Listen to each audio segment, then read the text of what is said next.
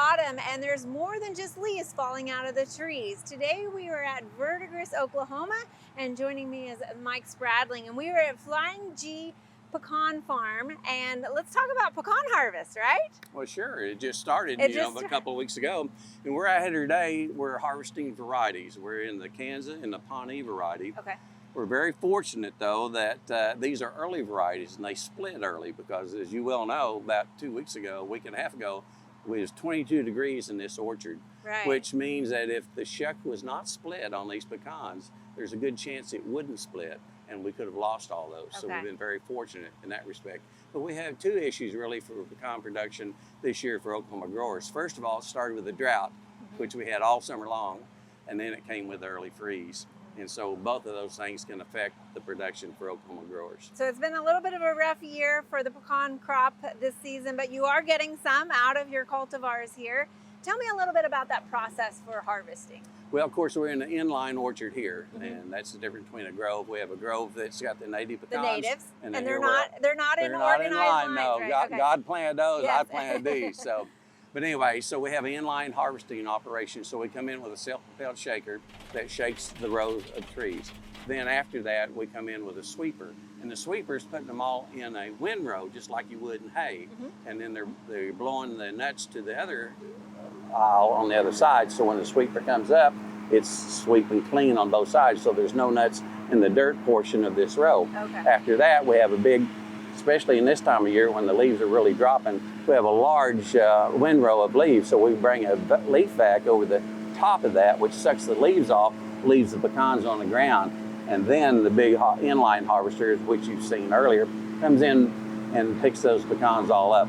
After that point, then we'll put them into a cart that takes them to a pre-cleaner, and the pre-cleaner does just as it says. It pre-cleans the pecans before we take them to the ranch to actually do the final cleaning process. Okay. And I know there's a lot of different ways. Inline is your chosen method here. What are some of the benefits of that? Because I imagine you're probably driving over some of your harvest. Is that the case or no? Well, with a pull type harvester, that is the case. Once you shake that row, your first pass down, since the harvester is offset, the first pass, you have pecans all over the ground. Well, the tractor is initially going to have to go down the row, which is going to be running over pecans until you get that first pass. So once the pecans have been picked up by that harvester, then the next time they come around, because it's only picking up 4 feet wide, so next time it comes around, then the tractor drives where it's been harvested, and it's picking up nuts then from there. So that's the thing with a pull type harvester. The inline, no, everything's swept into a windrow, so you don't run over nuts in any portion of the harvest. And there's some clever technology even on that shaker to get the pecan nuts around. Well, there's some clever technology, but there's some very expensive technology as well. Always in agriculture, right? That's right. So tell me a little bit about the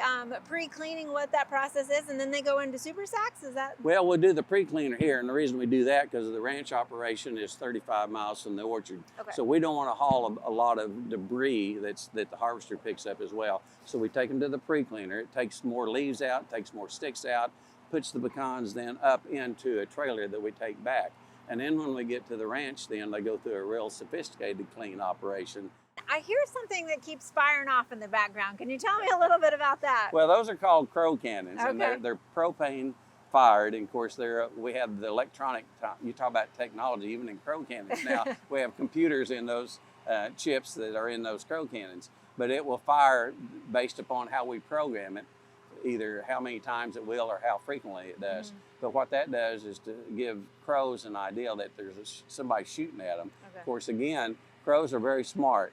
So you can't just set them and walk off and forget about it, because they'll learn that sound pattern doesn't mean it doesn't mean anything because no one's shooting at them. So every once in a while you need hunters out here that actually will associate the sound and lead to the crows, so when they hear that, better get out of here, somebody's shooting at me. Because that is a detriment to your crop that you've got sitting out here, right? Crows get 45 pounds of pecans a piece, and squirrels get 50. Wow. So yeah, wildlife is an issue that the growers have to deal with. Well, Mike, thank you so much for sharing this process with us. Well, you're quite welcome. I tell you all, the growers of Oklahoma would ask consumers one thing. We'd like to challenge them during the holiday season to not only utilize pecans in the traditional pecan pie. Right. But put it in one additional dish during the holiday season. I think it would make a great addition to any dish. Absolutely. Thank you, Mike. Yes, ma'am.